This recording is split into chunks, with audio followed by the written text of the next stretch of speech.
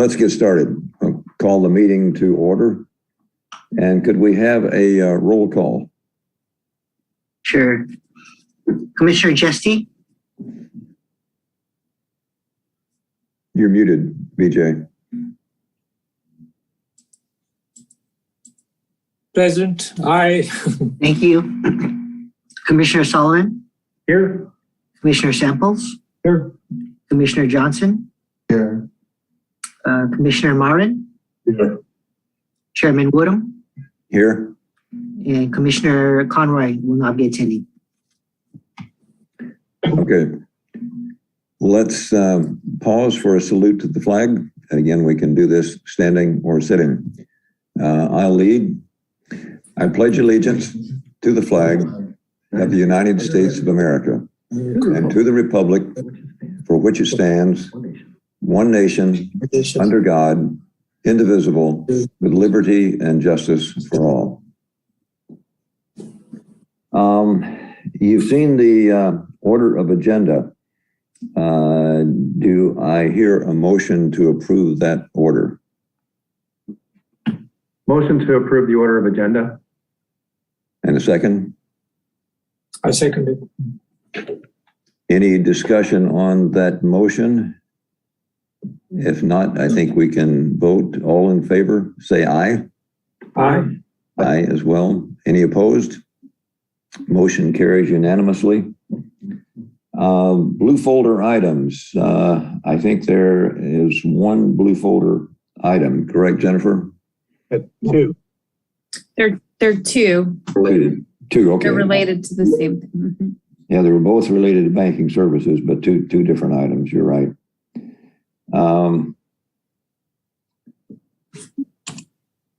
As it says here, blue folder items are additional backup material for administrative reports and or public comments received after the printing and distribution of the agenda packet for receive and file. Move on to the consent calendar. Business items, except those formally noticed for public hearing or discussion, are assigned to the consent calendar. The commission members may request that any consent calendar items be removed, discussed, and acted upon separately. Items removed from the consent calendar will be taken up under the excluded consent calendar section below. Those items remaining on the consent calendar will be approved in one motion following oral communications. We've got two items on the consent calendar. F1, approval of affidavit of posting for the regular Budget and Finance Commission meeting, and F2, approval of the minutes from February 10, 2022. Two things. Any comments on these, and does anyone want to exclude one of those items from the consent calendar? If not, do I hear a motion to accept the consent calendar? Moved. Second. Motion's moved and seconded that we accept the consent calendar. All in favor say aye. Aye. Aye. Aye. Any opposed? Motion carries unanimously. Public participation on non-agenda items. This section is intended to provide members of the public with the opportunity to comment on any subject that does not appear on this agenda for action. This section is limited to 30 minutes. Each speaker will be allowed 3 minutes to address the commission. Each speaker will be permitted to speak only once. Do we have any public comments? There are no public comments and no e-comments. Okay. Hearing none. Items continued from previous agenda. And this is the item, Jennifer, I'll turn that over to you.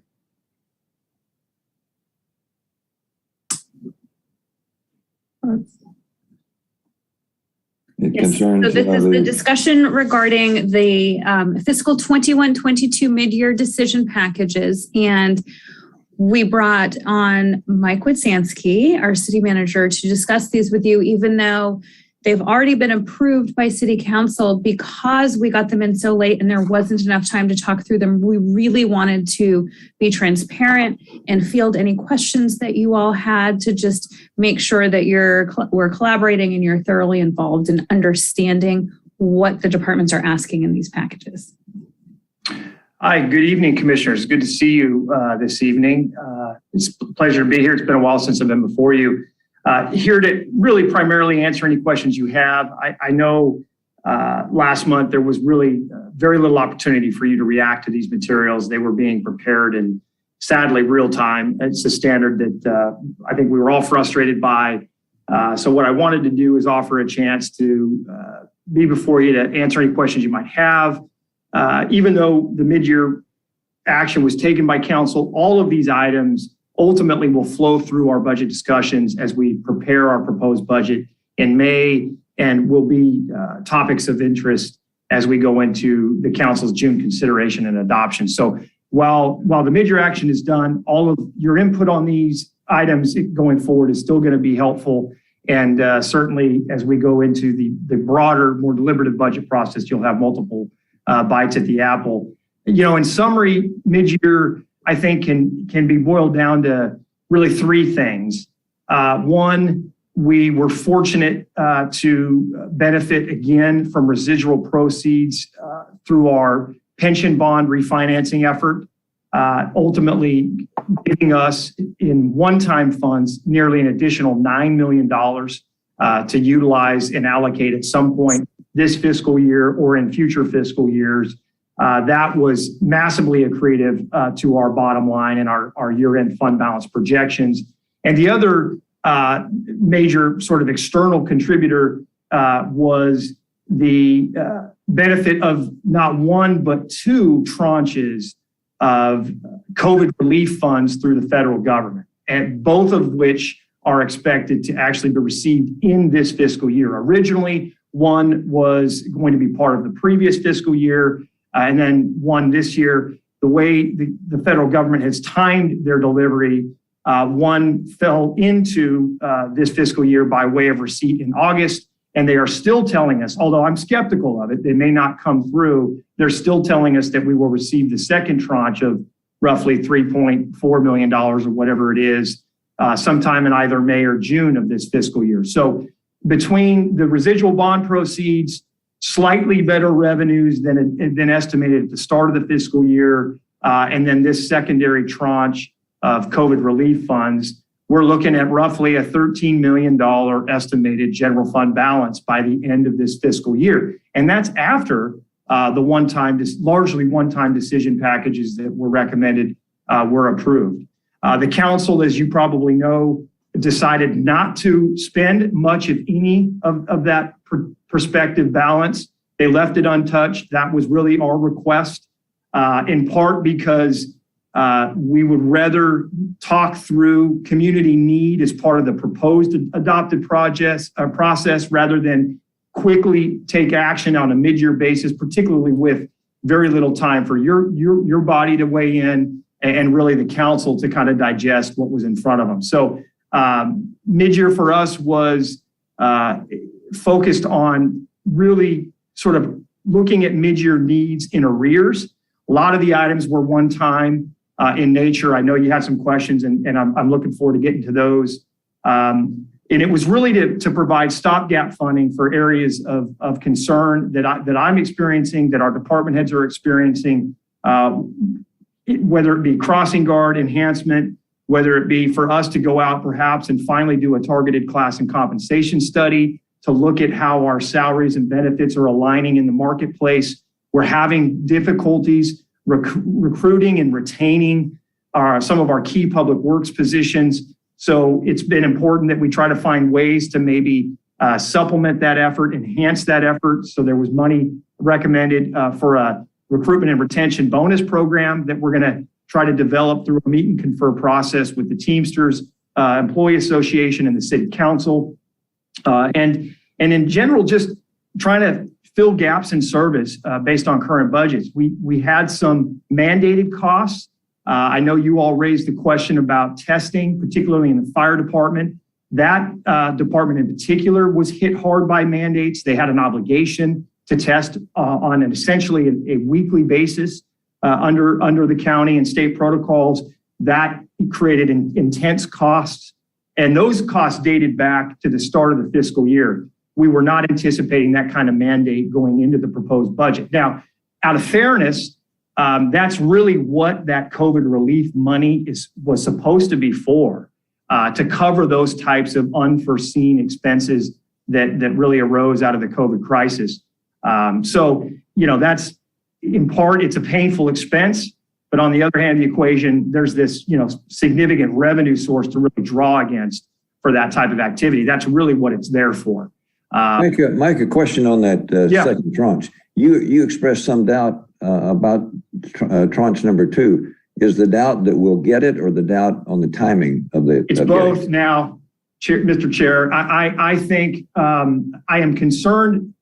I was initially concerned about the timing because they told us this time last year we were going to get the first tranche in May or June, and it came in August. So I'm a little concerned based on past behavior. But secondarily, I don't know if you read any of the news about the budget omnibus sort of stopgap bill that they were negotiating this last week at Congress. My understanding is there was some talk about repurposing some of those COVID monies for alternative uses. And I didn't look at this in detail. I haven't asked Jamie Jones, our federal lobbyist, specifically about this yet. But I thought I read some talk about the states suffering as a result of some of those proposed allocation changes. That state money is ultimately what's flowing through to cities on a per capita per allocation basis. So I'm a little worried that at some point they're going to start to horse trade the COVID relief funds that they had previously pledged for stopgap reasons for local and state governments. Now, that didn't happen, I think, in the final form. And so I don't think that money's been rated yet. But I do worry a little bit, and I'm not 100% certain that money is guaranteed to us under the prior approved legislation. So they're still telling us, they're telling Doug Keku, our analyst who tracks this information, Jennifer's watching it, they're telling us we're getting this money, but I maintain a fairly healthy level of skepticism when it comes to these types of things. So I'm hopeful, fingers are crossed. We haven't spent that money yet, which I think is a good thing. And so, a little bit of skepticism, to answer your question, Jerry, is creeping in for me. Okay. Mike, so if I understand you correctly, this fire department issue, because this is a big number, $200,000. Huge. Is this money that we've already spent in order to cover these, or is this largely looking forward into the future? That was my big question on it, because if we've already spent it, having it as a decision package is really kind of futile because the money's gone. Yeah, it is. I think you're absolutely right. It is a little futile in that sense. And to answer your question, yes, it was largely retroactive. There was some prospective expenditure there, and we are still theoretically mandated to test. So it was a bit go forward, but the lion's share of that expense was something that we had already suffered. So yes, I mean, it's a decision package that it's kind of hard to say no to because one way or the other, the money's come out of our bottom line. But again, as I said, it is really meant, that is precisely the type of thing that the federal government identifies as part of the relief funds. It's to cover those types of expenses. So If I could clarify a little further. So LA County in particular deemed firefighters as healthcare workers. Orange County did not. So we have requirements as the paramedics or frontline healthcare workers to do this testing. So until that ordinance is stopped, we will have this ongoing. So that was something that I gleaned today, which was interesting information. And so that is why there are other counties that don't have the same mandates that Los Angeles County does for firefighters. And that's why it's so much more expensive than police, obviously. And I do understand that. I guess my follow-on question would be, in the decision package, it talks about the range for the cost of the test was between $125 and $300 a test. if this was or is going to be an ongoing test, why do we not have a negotiated rate and methodology so that we can control that better? Yeah, I think at this point, and I'll double check this, I believe we do now. That range at the time, I think, was volatile and maybe reflected at different points in time. We had actually spent different amounts of money depending on test availability, who was ultimately proctoring the test. And there was a little bit of a learning curve. We got real creative and tried to proctor our own tests at a highly discounted rate. Mm-hmm. That, as they tightened up the guidelines, turned out to not be satisfactory in the county's eyes. They wanted a third-party proctor. They wanted the results to be available to the city, not just personalized. So some of our creative attempts to lower those costs ultimately became futile. So over time, we've spent different amounts of money. I think now we have a fairly static price point. Jennifer, I don't know if you can speak. It's $175 now. And so what they do is they go to Same Day Health because we're paying them while they're taking the test. So they take it while they're here. A lot of people are commuting from distances, and they do that once a week, and it's a PCR test. Mm-hmm. Okay. What was the amount of the first ARPA payment? I think it was 3.4 million, Steve, I think. So in the grand scheme of things, 200,000 is irrelevant. I mean, because well, right. I shouldn't say irrelevant, but I mean, I think you put it well that money received last August, we should and could use 200,000 of that to pay for these tests, which the way things are going, or unless we have another variant, it's rapidly fading into the past. Good. So it's not really a decision package. It's just we spent the money and acknowledging it that it went away. And it needs to be approved. Yeah. Yeah. And that's what the decision package does. Under our process, as you know, Mel, this is for us to formally appropriate that into the fire department budget. This is the action that needed to be taken. Okay. Everybody along the way has recognized that COVID relief funding was really the source of that type of an expenditure. Certainly, we do our best to try to maintain those costs and manage those costs. And I will say, while it's that COVID relief funding is clearly for that type of activity, that relief funding is also for things like lost revenue sources, i.e. our transient occupancy tax, which has been significantly depressed as a result of COVID. And that's where I would rather us populate those funds and try to minimize our mandatory expenses associated with COVID. So we've done a pretty good job of it. And candidly, did the healthcare market take full advantage of the situation? Particularly as it relates to testing, I think they did. Those price points were all over the map early on, depending on availability of tests, supply chain. I mean, there were so many things thrown at us during the course of that, first several months of the fiscal year. We got back into the surge that, it was long-term contracts and controlled pricing was a challenge early on. It really was. And we tried to get creative. We really did. And ultimately, to no avail, they sort of shut us down on that. So Mike, we've kind of beat this one to death, but just for a general comment going forward, when there's something like this that comes up that's a decision package, if in the DP it just said, we already spent this money, it's not like we've got a lot of flexibility in it, and just kind of clarifies what's happening rather than it just sounds like somebody wants to spend an extra $200,000 between March and June. Yeah. When Jennifer shared your feedback with me, I thought, okay, we probably didn't articulate that very clearly if you walked away reading it as a prospective cost and not also a retrospective cost. Good enough. Thank you.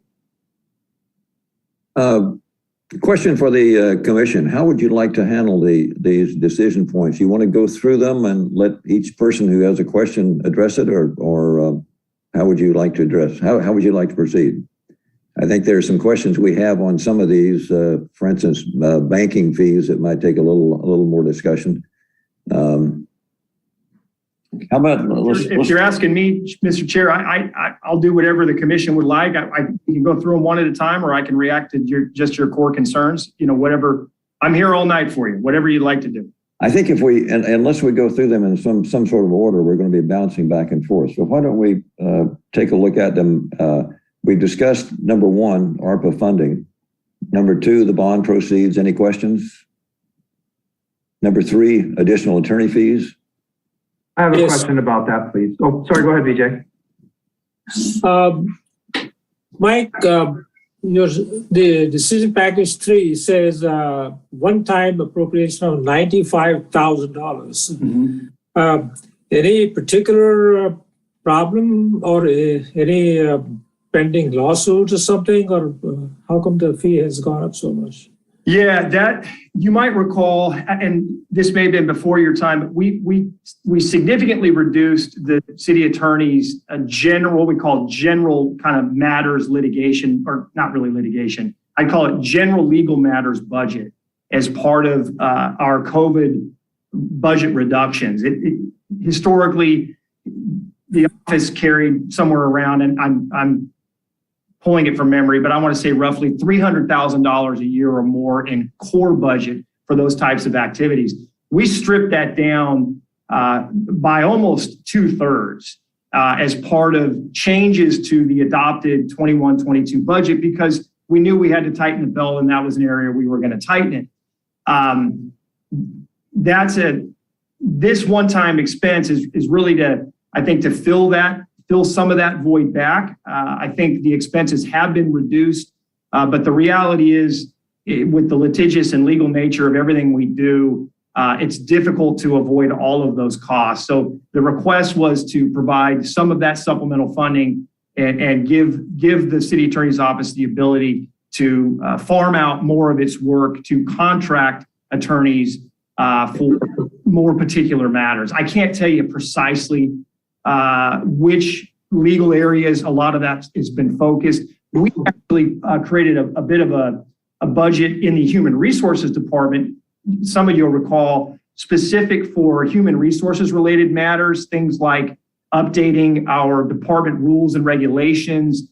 The fire department in particular had a very stale set of department rules that required routine meet and confer. And we created that budget to help Phil Toomey, who is our chief labor attorney, guide some of our department staff in negotiating and implementing those policies and procedures. That's worked out great. But I can't tell you precisely where the attorney's office has seen that increased need. I could rattle off a number of items where we're pulling attorneys in. But I will add this, it's not specific to litigation. Existing litigation is actually a whole separate fund, and it's a heck of a lot more than $95,000. I mean, it's in the millions. $2 million. Yeah, and so that litigation matters fall into another category. This is, you might call it preventative legal activity, where we draw them in to help us, in a sense, bootstrap issues before we get to litigation. So, yeah. Are these reserve funds then? I'm sorry? Are these reserve funds? Well, we pulled this from our available one-time sources of funds here. And you could argue it's a combination of things, whether it's the additional ARPA funds or it's additional bond proceeds. The fact is, we're drawing from that broader fund balance. Had we not approved these decision packages, our anticipated year-end fund balance would have been well over 13 million. It would have been almost 15 million, I think, if I remember memory serves correctly. So this was drawing against some of those anticipated remaining funds at the end of the fiscal year. Okay, thank you. Okay. Mike, Thank you. I had a quick question, please, Chair Woodham. Yeah. Mike, I think you've answered it, but I just want to make sure I understand it correctly. In the decision package, it has anticipated spending for ongoing legal needs, and we're doing a one-time appropriation. We're doing a one-time appropriation for the current fiscal year because it required a budget modification, and this then may be baked into budget time for 22-23. It'll be baked into what the city attorney's office may ask for at this additional $95,000. Am I reading that correctly? You are. I wouldn't at all be surprised to see a request for an adjustment to core budget as we go into 22, 23 from that office. I fully anticipate that. It may be more than 95. I could see them requesting full restoration of the old count. Time will tell. But no, One-time appropriation as a budget modification. correct. Okay, thank you. Okay. Anything else on the attorney fees? If not, number 4, pallet shelter repairs. Number 5, COVID. Mr. Chair? Okay, go ahead. I look at number 4 and number 29 as being related. We're not talking a lot of money here, but it's one of the things that we've talked about in the past as part of the commission. Number 4 talks about covering ongoing maintenance fees for the pallet shelters that we've already purchased that weren't included in any disclosures or statements early on when we did this. And now we have number 29 that says we want to add some additional pallet enclosures. What are going to be the incremental costs and ongoing costs for number 29? How are these related, and how can we go about in the future making sure that pretty much anything that we buy has an ongoing cost of ownership? How do we get ahead of this power curve? Yeah. So I could speak to the specifics, and then just because I had reached out to city attorney to gather this info. So decision package 29 is just a one-time appropriation for 3 new units at the shelter, and the incremental ongoing costs are all inclusive in decision package number 4. They stated and confirmed that there would be no additional costs incurred with the decision package 29 additional building of 3 more, and there's no more room after that. Then the pallet shelter will be full, and the bulk of that is reimbursable money that's been spent already. Yeah, and maybe I'd add to that, and I fully appreciate the nature of the question, Mel. I think, really it goes to the point of when we invest in any new program or activity, there's the installation costs, and then there's the maintenance and operation expenses.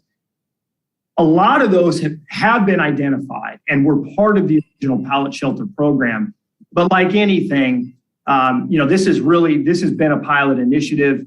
It's been evolving from day one. It's arguably, I feel like one of municipal government's chief focuses now. And we have done a pretty good job of it in responding and very creatively. Sometimes that creativity comes with unintended or additional costs that weren't necessarily expected. And that has happened here, no question. I think there's a pretty good handle now on the programmatic elements associated with the pallet shelter activity now. As Jennifer points out, the 3 additional units puts us at max capacity. We can't expand on that side any further. It doesn't, in our view, require us to upsize any of the support facilities, whether it be the showers or trash collection or any of those other kind of support activities. So I think we're adding units within existing infrastructure. I wouldn't tell you 100% guarantee because, new things arise, and sometimes we add new wraparound services, extended mental health clinician work or intake supervisors, things come up. And this is, make no mistake, this pallet shelter activity among all of our quality of life programs they are all expensive. We have invested a lot of money in this city trying to address this homeless response issue. And I think I really do. I think it's made a major difference in our community. I think we're getting value for it, but it has been an investment, no questions asked. Mike, how's the wear and tear on those units? Reasonable and as expected? Yeah, I was up there a couple of weeks ago. There's a group that's trying to do a volunteer project up there. Eugene is familiar with the leadership Redondo class group. Their project this year, I think, is focusing on trying to donate some supplemental activity or structures up there to kind of enhance the facility. From the looks of it, it's holding up very well. It really is. We are investing quite a bit of money on maintenance and operations, regular janitorial, et cetera. So it's not without, attention to care and detail. But yeah, they're holding up pretty well. I was kind of impressed with the nature of the structures, 6-8 months in now.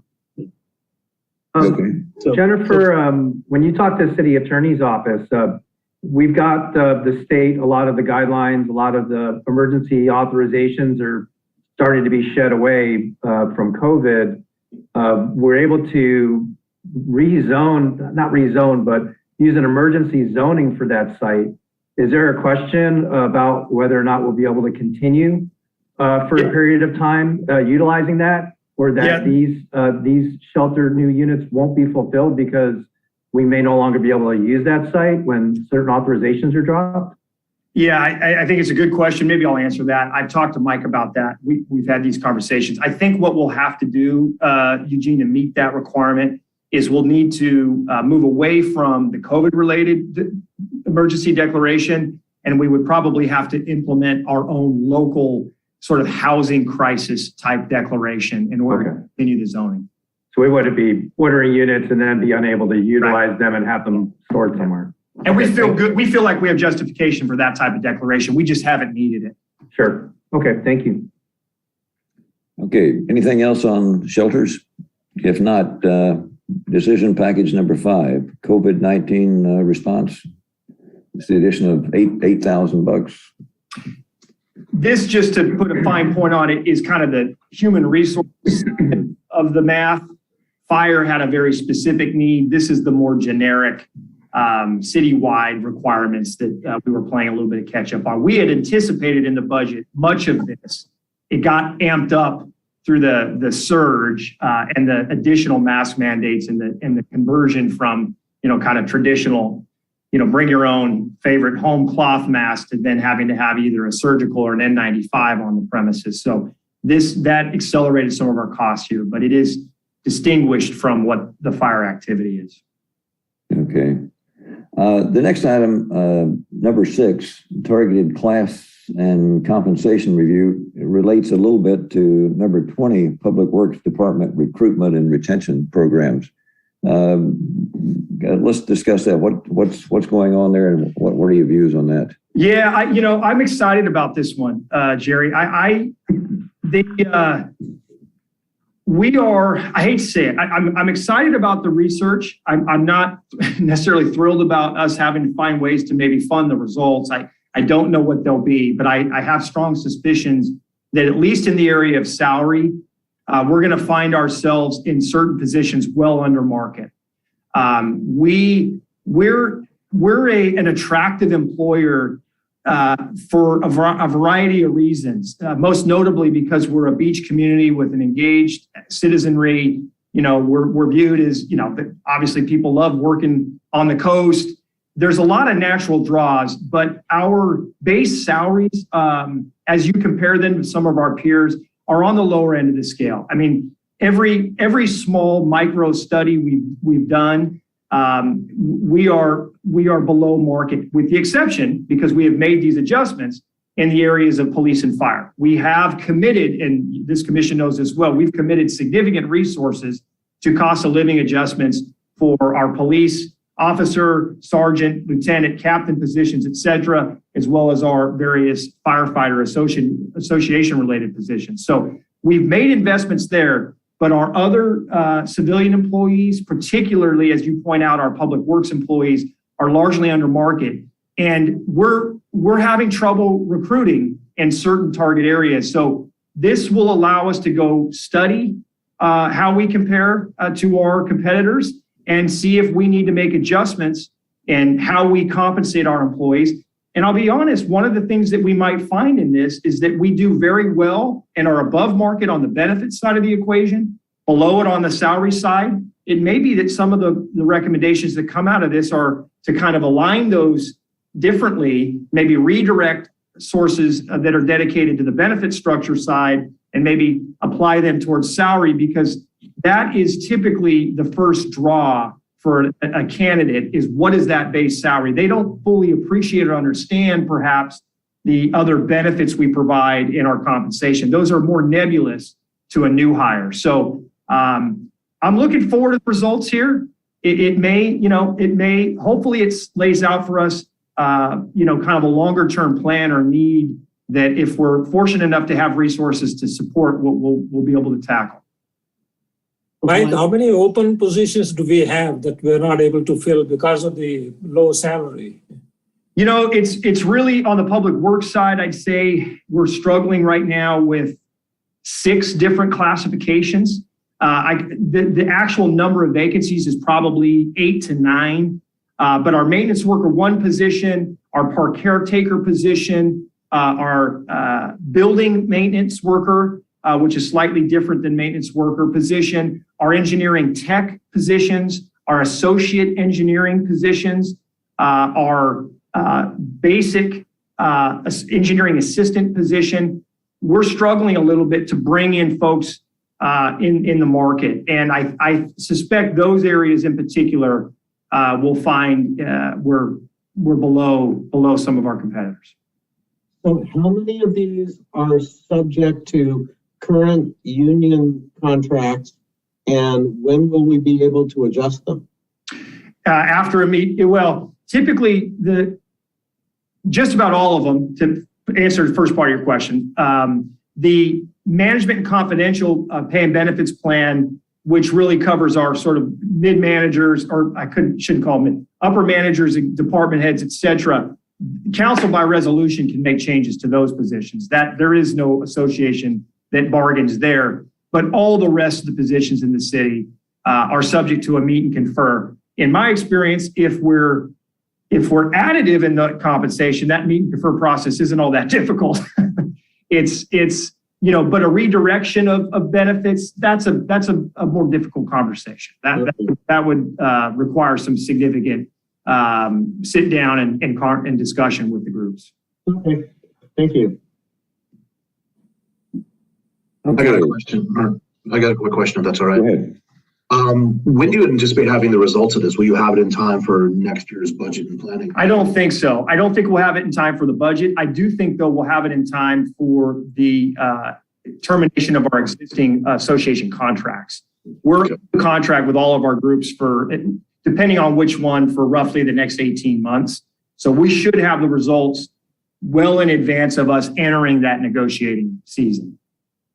Gotcha. And this is for both new hires as well as kind of the retention plan for existing employees as well? The class and comp review is really just a study of our current salary and benefits versus our kind of benchmark.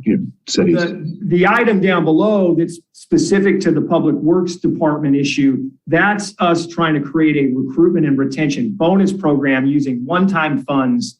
And we're formulating that now. In fact, we've got an item on the agenda for next week to go to council and talk in closed session about authorizing kind of the details of that program. We would sit down then with the Teamsters Association and meet and confer on those parameters, and then see if we can ultimately effectuate a side letter agreement that would be part of our existing MOU with the Teamsters. So it's a process. The council set money aside. I think on a policy basis, they're excited about it because they to add to this, our public works employees, in particular, our fieldwork maintenance employees, not necessarily our engineers working out of a desk or behind a computer, but our field employees. During COVID, COVID was crazy time. A lot of us working behind a computer had the luxury of perhaps working from home, right? Working remotely. Not our public works field employees. They were here under all circumstances, through all the iterations of, on field safety, whether it's masking or social distancing, whatever it is, they never stopped working. They never caught a kind of quality life break, if you will, like some of our other civilian kind of desk employees. And I think this in part is a bit of a recognition of that. There's a lot of love for our public works maintenance employees in our community. Just, they work their tails off. So, we're trying to create a program, I think, to recognize that, reward that. It's been a hard 2 years for that group in particular. So is this going to cause some kind of salary compression if we work to normalize and improve the conditions for all those field personnel that you're talking about?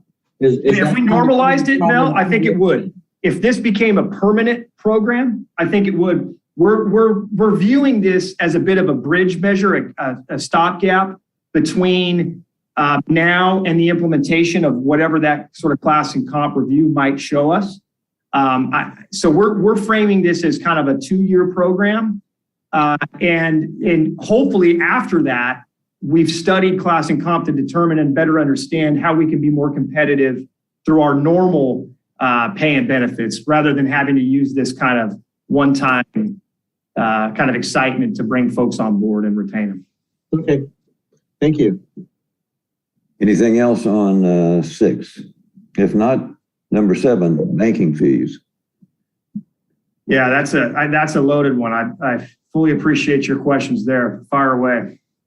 Yeah, in reading this, it talks about $170,000 for the general fund. I don't have a good appreciation for what we're paying for banking services now versus a year ago or 2 years ago, and how that entire function is managed and handled. When did we do an RFP last? Are we thinking about that? Those are the kinds of immediate questions that come to mind. Yeah, all excellent questions, some that I share. Jennifer's done a little research on this, so I'll let her give you some of the particulars. But I will add, this increase comes on the heels of us the last 2 fiscal years having to add additional money to the core budget to cover these expenses. To be fair, the banking fees is a general term. A lot of this expense is driven by our credit card exchange costs and how that's, ultimately how that's flowing through the budget. So banking fees isn't just fees we're paying B of A to, provide checking services or wire transfers or things of that nature. This is really the amount that we're pulling out of our expenditure budget to cover that 3% exchange rate that isn't, at least right now, separately billed through our fee structure. We collect a fee under the master fee schedule, and then we collect that revenue. We pay the merchant. I think it's the merchant fee. We pay the merchant fee as a separate expense, as a city expense. We don't currently pass that on to the consumer, and that's part of the problem here. And as more and more people are using credit cards to pay for city services, we're having to pay more and more merchant fees on their behalf because our fee structure is uniform and doesn't have that supplemental ability currently in our Munis system. Jennifer, you've got a lot more information on this than I do. Yeah, I can speak to that. And so again, it's kind of a little bit more of a complex issue. And I'll speak to the credit card fees portion. And I do have Nilesh here, which is fantastic, to speak a little bit more to the banking fees. And as an example, in 2019, we had $208 of online payments. And this year we're projected to have $175,000. So what happened when we had the COVID closures, people, and these are the fees that we're paying. These aren't just the charges. And so obviously with the COVID closures, we went to online payments. And then now, even though we're back to being open in person, people are seeing the convenience of paying online and going ahead and doing so. So within that, one aspect is we are working with our technical applications to pass on that 3% charge to the consumer. We are hopeful that by fiscal year end, hopefully by the end of June, we will have at least a portion of that done, this decision package should be able to mostly cover us for the rest of this fiscal year. And just to clarify a little bit further, so we have this, I'm sure you've heard of Munis. We have our system, and then they only work with specific credit card processing fee companies. We have no choice over who they are. And so what happens is there's a technical component where when we charge that 3% to the consumer, we can't house it and then pass it on. It has to directly go to the credit card processing fee company. So that's the technical aspects that we're kind of working through. I've worked with our department head in IT, Chris Benson. His team has been working on it tirelessly. Right now it is with Tyler, which is the Munis company, to just solve the technical components so we can pass it on. So that's a part of it. It is a little bit more complex than that, as we have a variety of spots. We've got parking meter fees and other things that aren't necessarily that particular component. That particular component, though, like I was stating, we're projecting about $175,000 of charges that we're handling right now. That particular piece, my understanding is, would be absolved with that solve. So we're hoping that that's not ongoing. And then, of course, we do have the Bank of America fees, and that is a little bit more complicated. And so if you have, before we go to Nilesh, do you have questions on that particular piece that I just went through? Jennifer, I guess, first of all, we received 2 blue folder items, and I'm just going to put the wrapper on it that says those 2 blue folder items talk about contracts that were written 5 years ago that are due to expire in May, and I don't see anything in there that talks anything about or does anything to address this question. So I'm really kind of curious what we're doing. How long does it take? I would imagine that if just the pure cost on those contracts and banking fees is $170,000 a year, that would make it eligible and require that the city go out to RFP in order to renew this contract. And I'm wondering who's responsible for that and where we are in the process for a contract that expires in 2 months. So just to, and I appreciate your question, Commissioner Samples, just to clarify, the section I was just talking about now has nothing to do with Bank of America. So Munis contracts with either OpenEdge or BridgePay. We have no say over who they contract with, and they're 6 to 1, half dozen of the other. The prices are basically the same. So we have to choose between one of those. That is all that our Tyler cashiering system. To put a fine point on it, we're sort of beholden by whatever decisions Munis is making in this regard, which is candidly, I mean, I'm just learning this in the last couple of days, a source of frustration already for me. And so I feel like if we don't have a lot of options. I mean, we do have some options, but transitioning away from Munis is a much different Herculean effort. So I think we're going to have to turn our attention towards finding a way to pass that cost through. So we're not experiencing that as the agency of record, but it is a concern, I can tell you, and something we'll be following up on. And why Munis only allows 2, I don't know. That's digging we're going to need to do additional to this. So this $170,000 number has to do with credit card fees associated with Munis. Is that correct? Correct. Okay. So have those fees not been calculated into what we're allowing to be paid by credit cards? So for instance, parking meters. If a parking meter is $2 and we're paying 3%, that's 6 cents. Is that not calculated into that credit card, that fee, or that's separate? So parking meter fees are actually under Bank of America. So basically, and this is where it gets so complicated. Okay. Parking meter fees are under Bank of America, which I'll have Nilesh speak to. What I'm speaking to are library fees, finance fees, performing arts center, things like that. So I know it's incredibly complicated. Effectively, registration or fees that we're collecting through our counters, right, Jennifer? Yes, exactly. And so then I think our follow-up here, Mel, is we got to find out from Munis, how are you negotiating your rates? Why are you using and providing only 2 options? And is there a potential for us to maybe add another competitor to that? Or do we just now simply need to create a structure that allows us to pass that call it convenience cost off to our customer? But I think our fees, to answer your other question related to that, is to some degree it's baked in, and in some areas I don't think it is at all. And that's where we're going to have to do a deeper dive into each of our fee categories to determine, have we fully absorbed that 3% expense?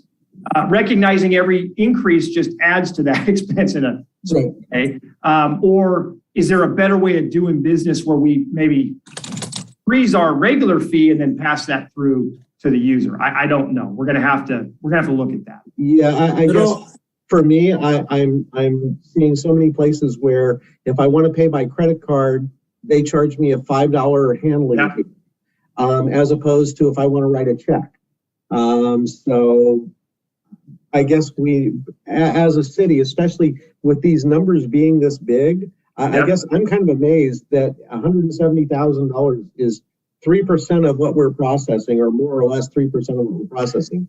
That means we're putting through an awful lot of credit card charges, and it's something that we should absolutely. Yep, 100% agree. And this is, to even add to that, this is on top of our already core budget for that type of expense. So this is additive. So it tells you we're doing even that much more in particularly online business than we have in the past, which is a good thing in different ways, as we've talked about trying to use technology to lower other expenses in our city. This is an area that we have an immediate cost of service that we need to find a way, I think, to distribute. And just to expand a little further, so that's business license fees. These are the online fees, general billing, building, planning. And like I said, we are working really hard to pass that 3% on. And so that is one section of it. And then, of course, we do have the Bank of America section. There is big bad Bank of America in all this too. They're no saint. And Nilesh, I'm sure, can speak to those trials and tribulations. Yes, Nilesh Mehta, Deputy Treasurer. So Al, just to give you an idea about the Bank of America fees for credit cards, it's 1 cent for every transaction plus 0.15% of the total charge. So that is the way it is structured. So if the charge is a large amount, it's 0.15. We're doing 170 million transactions a year. No. This is on top of the vendor charge, right? This is on top of it. The Bank of America is charging you that incoming. That is the fee, yeah. So, there's a schedule that's part of the contract that was attached to the blue folder item, and you guys can blame me for the blue folder stuff. I figured we'd be talking about the contracts tonight, so I asked for that. You can blame me. There's a schedule that's from the original Bank of America contract, the merchant renewal agreement. Is that the same schedule of fees that we're currently operating under, or has that been updated internally, but not on the city's online public record? That is the current schedule of fees. Okay, from the contract that we signed back in, what was it? 2007. 3 years ago. LA County charges us more for paying property taxes through a credit card. It'll be interesting to see how they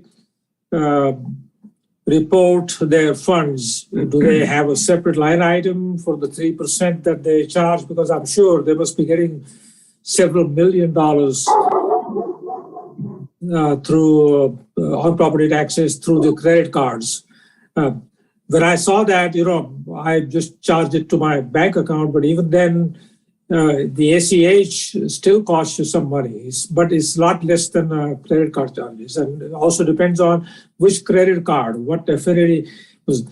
10 years ago, I worked for a nonprofit, and I was responsible for developing a program that allowed the Catholic churches to get donations via credit cards. So it was very involved, very complicated. It took me 3 years to figure out what was going on. But I think if you're saying you're only paying 1.15 to Bank of America, total 1% plus 0.5, I think that is still very reasonable. But I just read this morning in the paper that the credit card fees are going to go up. So if anything, I think we must immediately start charging 3% more for use of credit cards. And when you do that, you'll see a lot of people switching to checks, even though it could be still electronic funds transfer, but it could be a lot less than 3%. And then how to identify that extra revenue is something that is going to be a challenge, no doubt. Nilesh or Jennifer, maybe you can expand a little bit. We have a number of vendors right now where a lot of our things, like you mentioned, the parking meters, Jennifer, we have a vendor that handles that. So the credit card fees they go through the vendor and then to us? Or are the credit cards being charged into our parking meters and coming directly to the city and we're paying the override on that? So for how is it differentiated the way the fee structure is handled for credit card fees for those resources that we're contracting out to a vendor that are being paid to them by credit card and then paid to us versus those fees that we're accepting? Jennifer, I think you mentioned a few building, planning, and general services that we're doing directly. Is there a difference in the fee structure there, or are the vendors by contract passing that along to us? How are we either getting around that or getting charged for that? I think it's the latter, Eugene. I think we negotiate that as part of the service agreement. If we're contracting somebody to collect revenue on our behalf and distribute it back to us, they're in that exchange. Part of their service costs include whatever their overhead expenses are for credit card processing. I will check. We'll follow up on that and put a fine point on it. But that's I believe what's occurring. The revenues It's passed on to us, and I'm sorry. Go ahead, Damien. So just the revenues come in net of fees. So Correct. Got you. Correct.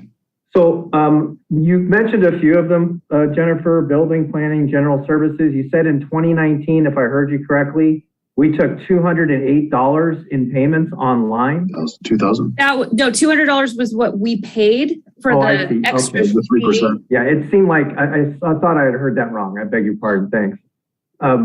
So with more people paying online, it would be a worthwhile exercise, I think, to see what services that we're accepting credit card payments for versus those services that we have contracted out that we're receiving those proceeds net of fees. And that might give us a better handle on where the biggest leakage is coming from. So if we're getting most of the money from parking meters, well, that's a bad example. If we're getting most of it from planning, then maybe leaning into that part of resolving the problem first, since that would have the biggest impact on our leakage. Rather than maybe in general services, that's a much smaller number.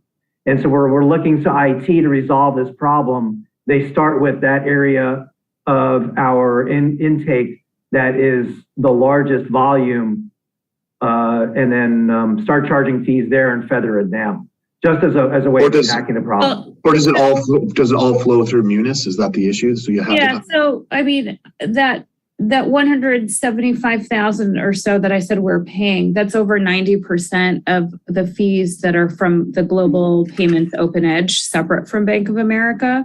So charging that 3% would definitely have a significant impact. Again, Bank of America is completely separate, but it is the bulk of that would be solved, I think, by that issue. Okay. Jennifer, are we allowing, are we allowing anyone who is using credit cards to pay us, are we allowing them to make an electronic funds transfer from their checking or savings accounts? I know they can write a check. I'd have to check on the EFT. No e-check. Okay.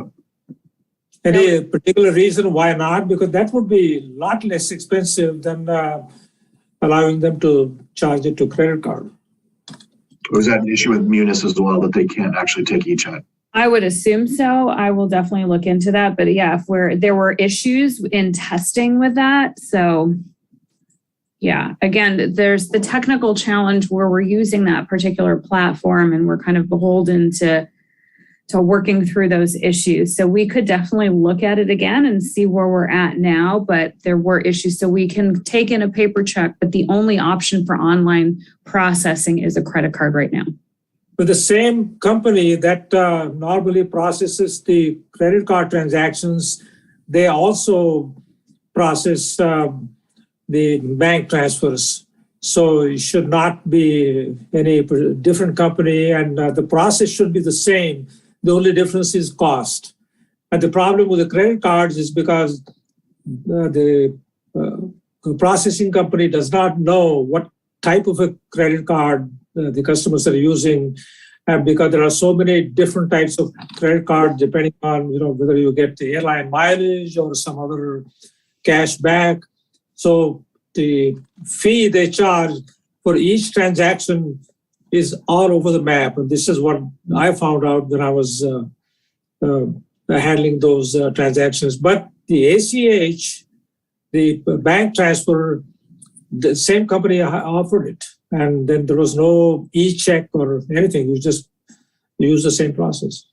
So I'm getting some feedback from some of my team, and they were stating that some of the customers were inputting in the wrong banking numbers for e-check, and there were technical challenges. So again, like I said, I'm happy to look into that again to see if that's something that we can revisit. And what I would add too, these are great suggestions. This has caught our attention. This is something we will be following up and spending a little additional time on. Our second and new assistant to the city manager will be starting on Monday. One of his challenges will be to work on the implementation of online services and the delivery of kind of new exchange with the public online. Credit card fees is something I'm going to ask that he work with the finance department and the treasurer's office to try to kind of hunt down. I know we're going to be at the mercy in some instances of the larger institutions, and there won't be a lot that we can do, but we can certainly find all of our most cost-efficient options and see if we need to transition to those as alternatives, or if we simply just have to, unfortunately, pass this expense and this convenience on to our customers. And if that's what we have to do, we'll need to create an updated fee structure to capture that. Organizationally, do banking functions report through you, Jennifer? The B of A relationship and these kinds of issues? So that's where it gets complicated. So not B of A relationship. My understanding is some of my staff wasn't under the treasurer before that are now under me that do bank reconciliations, and then credit card processing fees. But then a lot of it is still under like the relationship aspect with the banks is Nilesh and Steve Deals, the treasurer. Yeah, and I think it's fair to say finance and treasurer's office have to collaborate on all of these things, right? And I wouldn't lay this on any one person's doorstep. We need to work collectively to try to figure this out and changes. I know Nilesh and Steve did try to renegotiate, as I recall, with B of A periodically over time. And I think Nilesh was fairly successful on his own and working some of these fees down over time. I think Eugene's raised a good question about the timing of those agreements. I think they're on an automatic annual auto renew. I do believe there's language in those documents that allow us, if I remember reading this correctly, a fairly short-term termination notice period. I don't think it's long. Yeah. So if we wanted to embark on an RFP to move to a new bank, I think we would have that purview. There's a lot that goes into that. It beyond just fees. So it's a loaded question. Maybe it's something eventually we're going to need to take a look at. I don't know, Nilesh, you probably think about that more often than I do. Yeah, just to give a little background, the way the banking services were negotiated at that time, the interest rates across all the banks was very high. So I was able to negotiate a 1.8% interest rate, and that was very competitive. And so what happens is they do a regular review on that rate because they don't want to take a loss. So the money that we have sitting in the bank used to earn 1.8%. Well, since all throughout the banking system, the rates have declined significantly. After they did that review, we're currently earning 0.2%. And that rate is across the board. Any bank you go to, even our personal accounts, are not really earning a significant amount of return on the money that's sitting there. So what was happening was that money that we had deposited was offsetting the charges, the account analysis fees. Well, since the interest rates dropped, those account analysis fees remain the same. So our expenses remain the same or increased, but our revenues, the amount of money we were earning decreased. So because of that, it's just because the interest market is the way it is. Well, it's the Fed fund rate, right? Yeah, exactly. That's what's driving all of this. So I'm going to go ahead and throw the dead fish in the middle of the punch bowl. Okay. Just one? just the one. So, Nilesh, thank you for being here and answering all these questions. It's hard to be on the hot seat, and I know we all really appreciate you coming and doing this. So thanks very much. There's a couple different things. One, this conversation really highlights an urgency that is unaddressed within our systems. And that is the Moss Adams report going on 3 years ago now. It was presented to us in March of 2019. Talked about clarifying the roles and responsibilities between the treasurer's office and the finance department. And because we have delegated authorities that go from the treasurer's office to finance that haven't really been quantified or have changed or sort of a moving target, we have frustration between, well, what does the finance department do or not do? And what is the treasurer's office doing or not doing? And,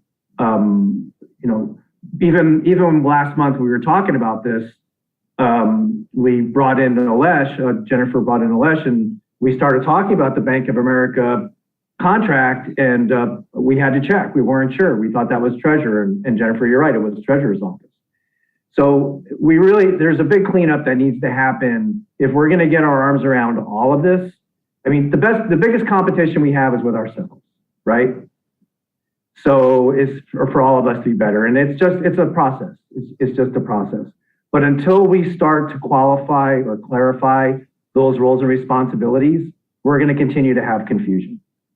And it's time for, maybe with the Charter Review Committee, would require a charter change. That's something that they can address, but sooner rather than later, I think it's important. When it comes to the contracts, Mike, you touched on a minute ago and reading through it, and Jennifer, thank you for sending me the clarification. That was really helpful. And Nilesh, I'm sure you had a hand in providing that particular section of the contract. With the merchant services agreement, it's a 60-day notice. Either party can terminate the contract with 60 days notice. So that seems like something that we could explore. If we're navigating or negotiating this many transactions now, more transactions than ever before, the law of large numbers tells us that we can get a better deal, or that at least we can lean on for a deal. Not that you haven't gotten great deals before, Nilesh, but I think with even more transactions, it gives you more leverage. And when it comes to the banking services, and they're talking to us about, well, we're not getting any interest from the federal government, so we have to charge you more. They always find a way upstream to get rebated. So if you look at, for example, stocks, it used to be that every time you traded a stock, you'd pay a commission. And then that went from being, say, a percentage of the stock down to a fee of $30. Then it went from $30 to $5. Then it went to zero. Well, how are they doing that without commission? Well, they're doing it with order flow, because the upstream is rebating to the central transaction, the middleman, the money for processing through them. So there's order flow. There's always a way that they're making their money on the back end. And they get the float. All the money that's transferred through them, they're floating through their accounts. So they're making money on it. They're making less because rates are zero, but doesn't mean that if we go down the street, we can't do better, or maybe do better. I'm sure you guys will do a great job of that. The Bank of America contract for banking services renews automatically on May 31st, 2022, extends for 1 year. So we'd have an opportunity, it'd be a pretty short runway, if you wanted to look at that again and say, well, let's go ahead and get some proposals, bring it to the council and ask them, do you want us to get some proposals from Chase, Citibank, Wells Fargo, whoever it is, and have a real RFP go out there. If not for 2022, it's a 1 year extension for 2023 for our next fiscal, and start planning it now.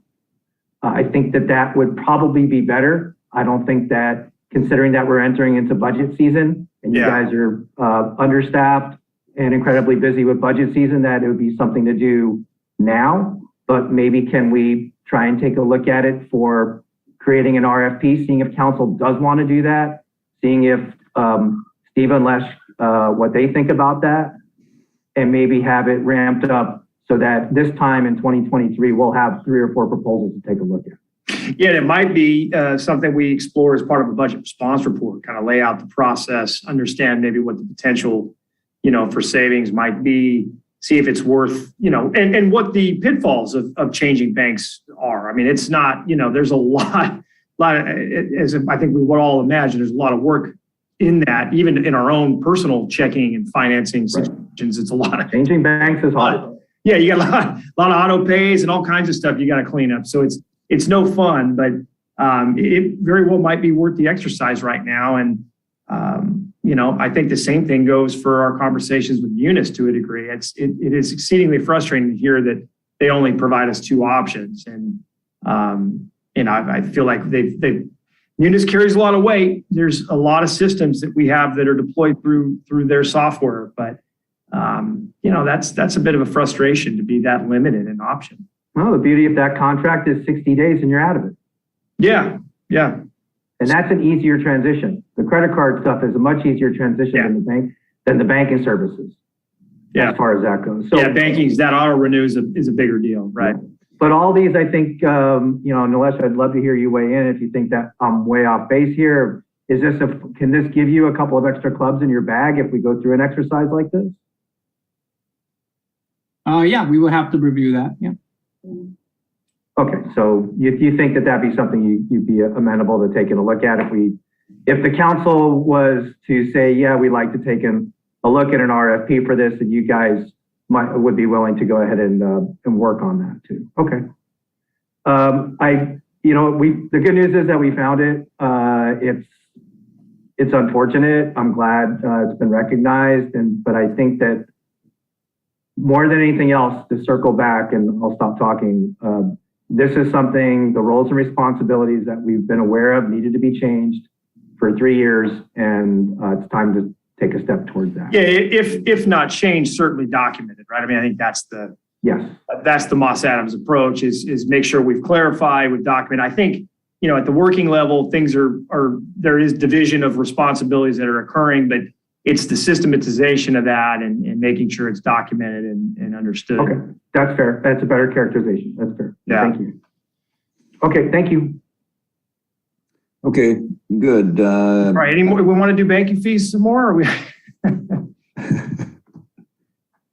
Okay, package 8, GASB compliance. That seems like our hands are tied, I think.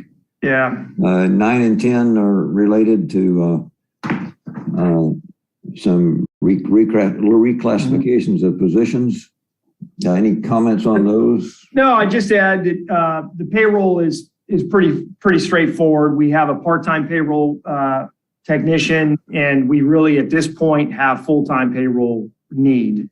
We used to have, if you go back to staffing, we used to have a payroll supervisor and 2 payroll technicians, and they would actually go out and help the operating departments, mine the timesheets and through budget cuts and tightening, we've gotten away from that. And what we're finding in the last years, our managers are having to divert a lot of their attention from management work to technician level work in order for us to get payroll out every 2 weeks. So that's a problem.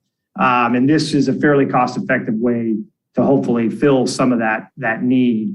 The police department side is twofold. Again, used to be we had 2 analysts in that department. This is an opportunity for us to at least increase, fairly inexpensive. It's a couple $1,000s to increase the level of classification in anticipation of a transition. The existing senior management or the existing analyst is actually moving over to another department.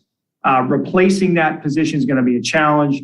The fact that we're bringing on a new chief, Joe Hoffman has now started, wanted to make sure he could recruit somebody with fairly capable skills. So this is to try to help him be successful in that administrative transition and try to do it as cost effectively as we can. So these were targeted needs that really I identified along with the department heads that I felt like were worth fulfilling even at mid-year, just given current circumstance. Mike, in decision package 9, it's got a one-time of 44,000 and then the ongoing. Is the one-time to bring in a person now? The one time was a little bit of catch up for some additional salary projections there. We were, as you might recall, we were using Marnie to kind of help pass the baton to Jennifer. We leaned into that. We also needed to lean in. The timing of our senior management analyst coming on board was a little bit off on our initial projections for salary. So this little bit of that one time is cleanup for this fiscal year. We may not end up needing it depending on how quickly we bring the payroll technician on board. But I didn't want Jennifer to be limited on the timing of her recruitment because we really desperately need that individual in here as soon as possible. Mike, have you seen any impact from the so-called Great Resignation on staff within Redondo Beach? Any resignations, just out and out people quitting for whatever reason? No, a lot of retirements, Jerry. I mean, that's, we've been living through that, particularly in the police and fire world now for, 10, 15 years. That 3% at 50 pension formula really encourages our police and fire personnel to move along. More PEPRA. Yeah, I mean, PEPRA actually will help slow that roll a bit. They won't necessarily, when they get to that maturation, won't necessarily have the ability to retire. They'll have to probably, hang in there a little bit longer like the rest of the civilian employees. But so we've been experiencing that kind of revolving door for some time in safety. We're starting to feel it now on the civilian side as that kind of just that generational change that's occurring, the kind of the lower end of that baby boomer population finally hitting kind of that retirement age and moving on. So we're seeing it there, but not just outright resignation. We are seeing, I will say that, I will caveat that with, in our police recruitments, new hires that we're putting through the academy, we're seeing people quit the academy. It is very hard to be a police officer in today's day and age. This generation of new hires we're finding is our attrition percentage is much higher through the academy and field training process than it was, as I recall, in the last 15, 20 years. So we're seeing that, not because of lack of interest per se, but maybe just lack of perseverance as an alternative word. Yeah. Okay, thanks. Package 11, crossing guards. Any questions there? 12, police department background services. Police department COVID testing, number 13. This is a smaller version of fire. Police didn't have the mandate. This was more preventative work just to make sure we didn't have workplace transmission. And, knock on wood, we did a pretty good job organizationally over the course of COVID up to this point, making sure we didn't have mass spread. We didn't experience the problems LA County did, or some of LAPD, some of these larger organizations that had massive shortages at different times. Package 14, traffic detail overtime. That's just us providing some additional one-time overtime funds to, allow our traffic units to work special details and go after areas of need. Okay. 15, fire department COVID testing. I think we've covered that. 16, expedited building plan check services. Yeah, this is just a catch-up item. That's been a very popular program. We started that this last fiscal year. Gives development applicants, whether they be residential or commercial, an opportunity to pay an expediting fee. It's at their expense, and it really just allows us to outsource that material to a contractor who immediately begins the work and pays a bit of a premium to produce the results of that work more quickly, and that's at the expense of the applicant. So this is just us adding both expenditure and revenue to allow for that flow through. Mike, there's also a fire plan check. Does this have anything to do with the fire plan check? No. No, this is purely building and planning. Okay. Yeah. Are the expedited fees kind of one for one, or do we actually arbitrage it and make money? No, this particular portion is 1-for-1. There are other fees in the net. When you come in for a building permit, there's administrative fees that you pay no matter what. We haven't leaned in on it as an supplemental administrative fee. Okay. Because our process is really the same. If they're not expediting, we're still farming it in some instances, and we still have that processing requirement. So it's no different in that respect. Okay, package 17, Southern California Edison ROW licensing fee. Yeah, that's a painful one. That's the time to pay the piper. I don't pick your analogy. Edison has slowly ratcheted, well, I shouldn't say slowly. They have significantly ratcheted up energy fees and cost, and we have not adjusted the department's budget for a couple of years because during COVID, we had so many facilities shut down. We weren't experiencing full consumption. We are now experiencing near full consumption. We couldn't bury those increased electrical costs, and it's time to adjust the budget to reflect what amounts to basically a 20+% increase over the last 3 years. Mike, that 17 is for landscaping improvements. Is that something that 18 is the energy? I'm sorry. I jumped ahead to, I'm sorry. No. Has landscaping been programmed for Catalina and Redondo locations? No. Yeah, my mistake. I'm sorry. I went right ahead. That is a upfront one-time fee that we're appropriating for our anticipated 5-year license agreement for the roughly 5-acre property that sits west of PCH along Redondo Street. So we're anticipating that license to come to the city here soon. We've been working on it with their staff. This is the cost, the 5-year license fee. We wanted to budget it in full. So when we get that license, we can write the check and lock it down. But that the programming for that space hasn't been completed. No, we budgeted, I think, $175,000 in the capital program last year for installation of some level of plant material and the like. We need to work on the execution of that plan once we receive the license. What other amenity would go there based on whatever SCE allows us to do? Which is limited, as you know. They let us do parking. Yeah, they're not letting us do parking at this location. Oh, okay. My understanding, but yeah. Nor do we really want parking at this location. No, we don't. But I remember Ted Samah made a presentation, I think it was 5 years ago, at a District 2 meeting about what we could do there. Yeah, that went over like a lead balloon, as I recall. I recall. Yeah, so. Okay, thank you. Okay, Mike, anything additional on the increased energy cost? No, just it's still painful. Yeah. Yeah. Package 19 and 20 seem to be, again, related to similar. Just trying to use tools to try to better recruit and retain our critical public works maintenance employees. That's just looking for, we're trying to get creative, trying to find solutions to help that shop out. It's essential in what we do. Package 21, tell me what traffic calming is. I'm not aware of. Yeah, we use that term as kind of a catch-all for modifications to roadway design to slow speeds, create pedestrian safety. So it could be anything, Jerry, from the installation of speed cushions to the installation of bulb outs to try to choke and narrow points of crossing for pedestrians or to slow the visual speed rates for cars. It might be additional stop signs or even enhanced traffic signalization. It's a number of things. Historically, that project account was created for very simple stop sign installation or speed cushion installation. It has grown into far more elaborate kind of complete streets and what we call living streets programming.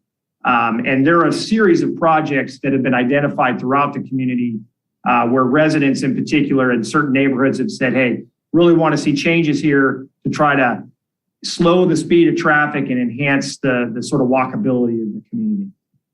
Mike, are these bulb outs the painted areas that put a perimeter around certain intersections? Sometimes, yeah, what we'll do sometimes is do a temporary installation where it might be those ugly plastic delineators. You might remember those off of the intersection of Maria and 190th Street, where we test things.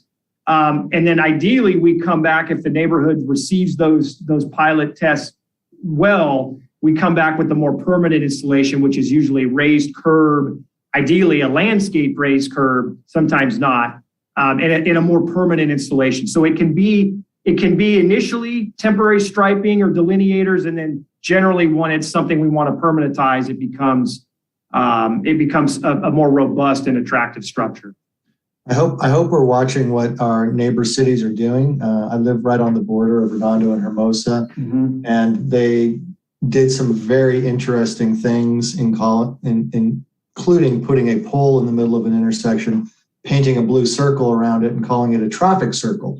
And there was, all you did was sort of drive around it, and they painted these blue perimeters around corners, apparently to keep traffic several feet away from pedestrians. And so what they did was they came and removed all that, painted it again a different shape, and then came back and scraped it all up off the pavement again because nobody knew what to do and how to address going around these. I think they were the bulbs.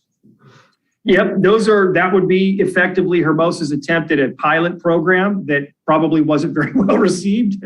So it's eliminated. I can tell you, I wish we didn't have our fair share of those. You might remember we did a traffic circle pilot effort in each of attempted to do it in each of the 5 council districts. They were called the birthday cakes because it was effectively a installed circular installation of plastic delineators that to try to, sort of force people to act as if it were a traffic circle, which people did. And then in some instances just didn't feel real comfortable seeing made permanent. So those were tried and removed. There are traffic circle enthusiasts out there. They can work with the right street configuration, with the right of-way width and the like. And those types of activities would fall squarely into this type of project account. We've learned a lot from that. And yeah, Hermosa, I can see, is going through their growing pains too, because I remember recently driving down Prospect and scratching my head, I think the same way. So yep, that's what I'm referring to, because a traffic circle is a engineered circle at an intersection where people can veer off or do different things. It's not a pole in the middle of the street that says, okay, now I'm forcing everybody to come to a stop and say, gosh, if I do something wrong, am I going to get a $500 ticket for not knowing how to obey this pole in the middle of the street? Yeah,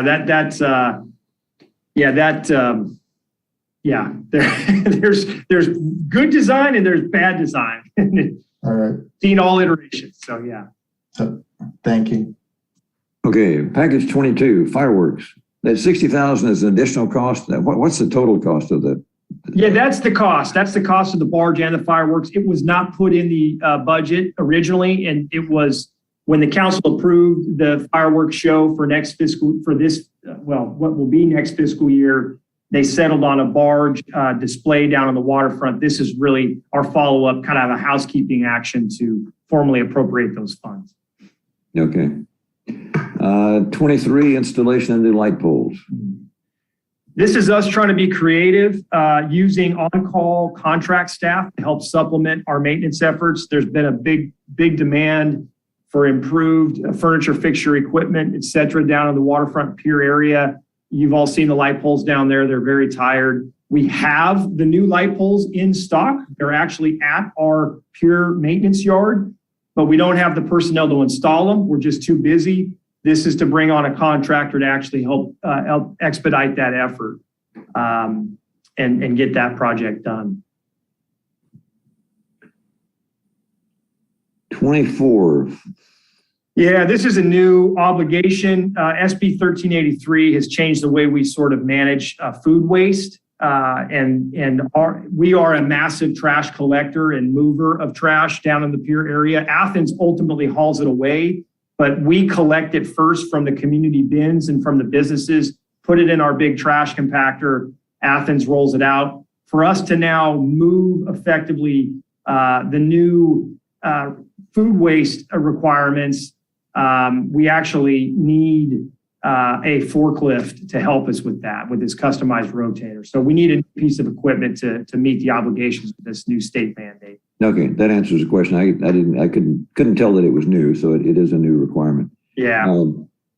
Package 25, solid waste fund adjustment. This is accounting housekeeping. Every year we make this kind of mid-year adjustment to capture the pass-through costs. 26 seems straightforward. Yep. Vehicle replacement, just because costs have increased. Yep. The supply chain is, I mean, I'm sure if you've tried to buy your own personal vehicle of late, it's a nightmare. Yeah. So Mike, out of curiosity, we've had the conversation off and on over the last few years on the vehicle replacement fund. And as I recall, last year, we were doing some kind of review of that. Mm-hmm. Is that changing now? I mean, I understand this is a one-time and nobody would have predicted this. But what's going on as kind of embedded? Yeah, we're still looking at it. The council did take a hard look at and made some changes to our life cycle replacement schedule for certain vehicles.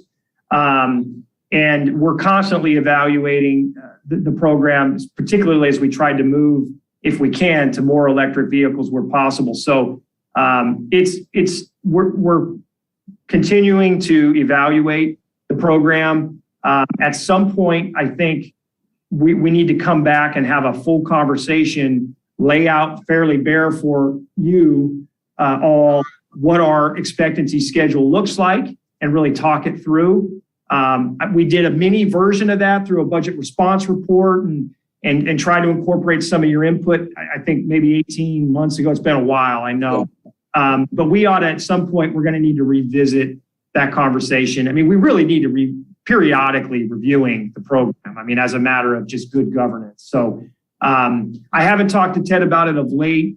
We have had a staff transition in Public Works. Jesse Reyes, who was our analyst who oversaw this program, has moved into Brad Lindahl, our capital project manager position. So that position is actually now going to be occupied by our Andrea, who was formerly in the police department. So she's promoting. So she's going to have to kind of get up to speed on it. And at some point, hopefully we can schedule a review, follow-up review with this commission. Well, part of our conversation is just to make sure that we're all on the same page is we do understand that there are certain vehicles that are specialty vehicles, police, fire, some of the others, and you can't do much with that. But when we're talking about the general fleet, part of the question is, as we move away from gas, or we try to move away from gas to alternative energy things, it's appropriateness of the vehicles for the application. And we had a conversation about that. Are we really selecting the right kinds of vehicles for the duty we're talking about? So just as long as it's staying on the radar, really appreciate it. Yeah, it is. It's totally on the radar. And we try to look through it through that lens each and every time we purchase a vehicle. And I can tell you when they come forward with the decision package each year, and this will be my first sole look at it, but that's one of the questions we're asking internally, which is, okay, is this an item of need? Is this the right vehicle? Is there a better vehicle that could be more appropriate for current service needs? No, those questions are top of mind. But I still think it would make sense for us to come back and provide you all a follow-up presentation on this, because I think it's worth everybody kind of looking at it. Appreciate it. 27, software for the Housing Authority. Yeah, we have a one-time appropriation here. Thankfully, we're using federally restricted funds to pay for it, so it's not coming out of a general fund account here. But this is part of our what we call HAPPY, our housing assistance program. It's just additional charge to manage this as things get more technological. We're picking up some additional fees here. And 28, inclusionary affordable housing. Yeah, again, drawing from a restricted source of funds. Kaiser Marston does a lot of work for us. We've been tapping them of late on a particular project. We have these covenant agreements that come up every now and again, or different affordable housing operators ask us to reevaluate kind of current requirements. And It's such a specialty area. It generally requires us leaning on Kaiser to kind of help manage that analysis for us. So this is us drawing down on our successor agency funds to help pay for that. And last, number 29, we talked about additional pallet shelters. Anything else on that we need to? No, well, I mean, they're ordered and hopefully they'll be here in the next few months. But what's exciting about this particular edition is that we think right now we have, I forget the number, I think it's 15, maybe it's 17, I forget the exact number. They're all full, right? That we've got people in there. We've got folks experiencing homelessness really residing in those units. By adding a few extra, we plan to hold one or two of these back to create a little bit more of a routine revolving door, which will allow us, I think, to take more comprehensive action as we engage folks that might refuse service. There's policies are shifting as it relates to how broad our toolbox is when addressing kind of issues with the homeless population, particularly those members of the population who might be committing fairly regular crime or are resistant to receiving the services that are available to them. There are a number of services available in LA County if you're willing to accept them. So we're hoping that these additional shelters will actually give us some opportunity to do some other things as part of response as well. It's interesting. We have house guests as we speak from Madison, Wisconsin, and they're using pallet shelters in Madison, Wisconsin. For the same thing we're doing here. Yeah. They might have a little more robust heating unit in theirs. Okay. Yeah. Okay. Yeah, that's it. I know it's a long list for mid-year. But all kind of critical items. You'd be surprised. We probably had, I don't know, Jennifer, if you ever did the math, we probably had 90 requests from departments, I bet. Around there, yeah. Mike, for item 29, are we going to be able to resource or utilize when the hotel that's being repurposed as a transitional fully supported, supportive, permanent supportive housing? Yeah, the project. Yeah, that will add another tool to our toolkit. And there is some sense that once that's built out, we'll have the ability, we'll have provided enough local resource to potentially enforce our more traditional city ordinances. It's complicated. I'm not a prosecutor. I hate to provide too much detail there, but my general sense is, if the goal has always been to provide services for those in need, and once you meet that sort of requirement and that kind of minimum standard, you're able to then take more traditional enforcement action.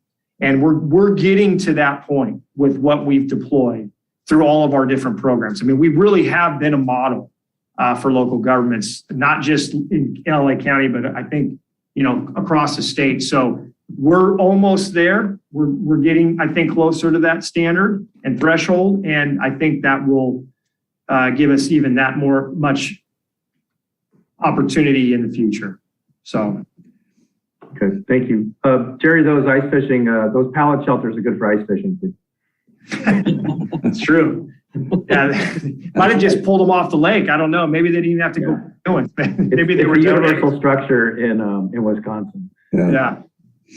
Well, Mike, speaking for the commission, we appreciate your time and the effort you've shown in addressing these issues. It's refreshing to see the command of knowledge of the city that you have, and we enjoy talking with you about it. Well, that's very kind of you, Jerry. I appreciate being here. I do. You guys do great work for us. We value your input. Our scheduling and timing did not go the way we wanted last month. That is not our goal. We never want you to be addressing anything budget related as part of basically a blue folder. So that's, we truly do value your input. You are very accretive to our process. So we'll continue to lean on you appreciate your time and volunteerism. So, Mike, I do have just two last questions, please. One is circling back to the B of A contracting. So do you think the better methodology there is for the staff, for you and your team to have that question brought to the council as part of a budget response report? Is that what you I think so. I will reference that you all identified this issue. We'll mention that in the BRR. Luke Smoody, who's our new assistant to the city manager, his list has gotten very long and he hasn't even started yet. This is something I'm going to task him with to try to help collaborate between, Jennifer's shop and the treasurer's office and see if we can hunt some of this down, because it does fall into what is a broader goal is, and I mentioned this earlier, we've all talked about this, trying to implement additional technology for the delivery of municipal service. Last thing I want to do is, find ourselves caught unawares on an expenditure side by doing that, right? It's meant to be an efficiency implementation, not cost us money. So yeah, automation's meant to save us money. Yeah, right. Not just, and Chris Benson will tell you, no, all it just means is I just need more staff to manage. What you save on the line operation, you lose in IT. But yeah, this is something Luke is in particular is going to be involved in, and I think this is a good exercise. So we'll bring something, and if for some reason we miss it, remind us as we go through. But we'll follow up with the BRR to kickstart that conversation. I added it to my BRR list.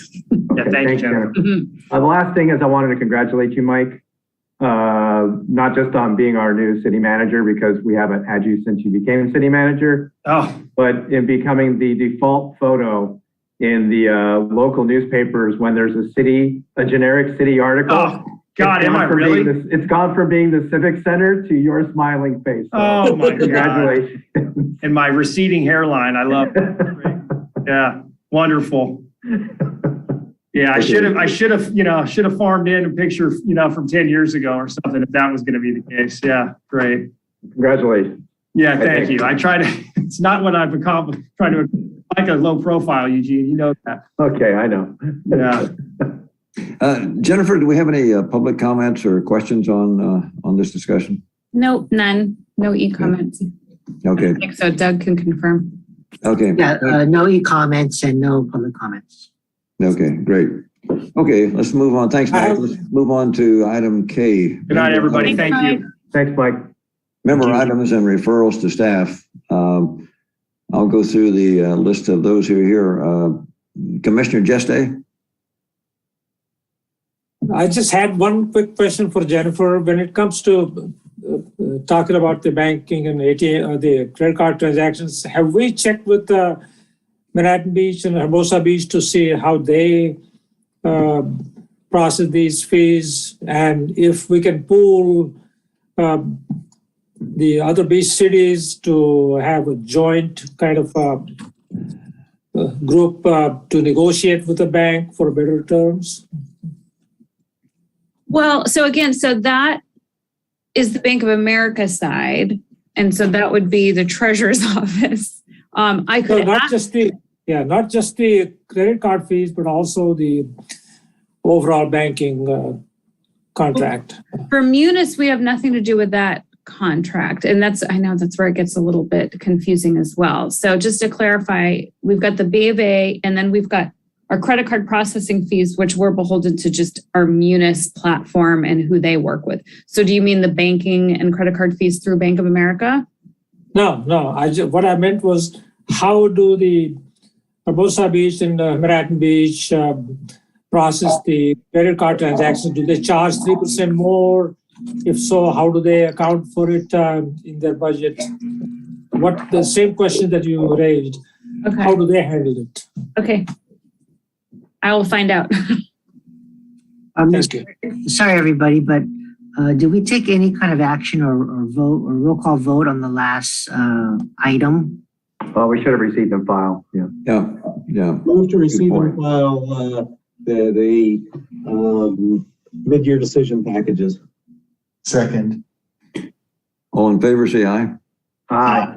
Actually, sorry, being that it's a virtual meeting, the city clerk asked that you do a roll call vote. Okay, go ahead.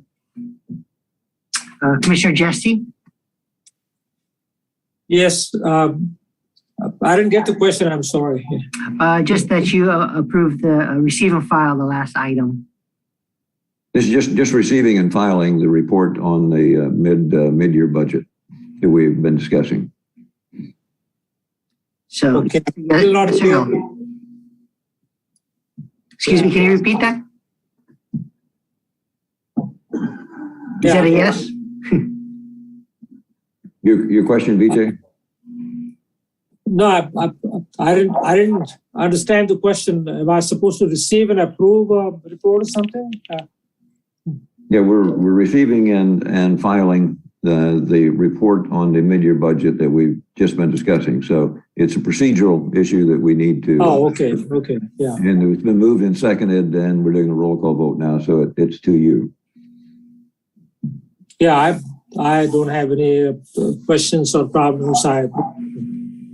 And you approve. Yeah. Thank you. Commissioner Solomon? Was that me, Doug? Yes, sorry. I beg your pardon. Sorry, yes. Yes. Thank you. Commissioner Samples? Yes. Commissioner Johnson? Aye. Commissioner Marin? Aye. And Chair Woodham? Aye. Thank you. Okay. Good. Thanks for that correction. Now back to referrals to staff. Commissioner Johnson? Nothing today, thank you, Mr. Chair. Commissioner Marin? Nothing for me. Commissioner Samples? I have nothing. Thank you so much, Jennifer, and well, the rest of staff seems to have gone home. Thank you. Thanks. They're here. Commissioner Solomon? Jennifer, I'd like to one day, one meeting, have a discussion about how we contract for services, specifically for services over a certain dollar threshold, that we go out to an RFP every 5 years or 7 years or whatever the number would be, to have this discussion to talk about, for example, the Bank of America services. Do we just want to put something like that service contract on a rotation that every 7 years we have an RFP for it, or every 5 years we have an RFP for it? The efficacy of that, the workflow, how it would impact staff, department heads having to do something like that. So just to discuss the benefits and the burdens of something like that. I think that would be a worthwhile discussion while we're finding that some of these things, while there's been some background about how the staff is at work and all the work that Nolesh was talking about that he had done, that maybe it's a little bit more public process in the form of an RFP or something like that, just so we can talk about it. Okay, you're muted, Jennifer. Sorry, I'm trying to get all that down. Yes, I will add that as a point to discuss in the future. Okay, thank you. Certainly. Okay, and nothing from me, so I think we're ready to consider adjournment. Anything else that we need to discuss that we've missed? If not, do I hear a motion to adjourn? Motion to adjourn. A second. All in favor, say aye. Aye. Aye. Opposed? Motion carries.